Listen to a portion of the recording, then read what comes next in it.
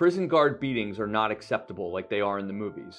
They are civil rights lawsuits. You probably watched a lot of TV and movies, and it seems routine for prison guards, correctional officers to beat the crap out of inmates. Well, it's not okay. It's not acceptable. It is a civil rights violation because it violates your Eighth Amendment right to be free from cruel and unusual punishment while you're incarcerated. It's a false narrative on TV and movies that guards are just allowed to beat inmates. In fact, it's very rare that there are cases where the guard is justified in beating the inmate. Normally, when a guard beats an inmate, it is a civil rights violation. So we determine whether we're going to take those cases basically based on damages. In other words, if the person's actually hurt and has a serious bodily injury, we take many of those cases. If the person isn't hurt, we often don't take those cases. But another factor that we consider is whether the officer was written up. Was there a finding against the officer by whatever internal affairs or prison board group there was there? Or was the officer's use of force justified against the inmate? We take all that into consideration. But again, the damages, in other words, the injury to the inmate, is the number one factor that we consider.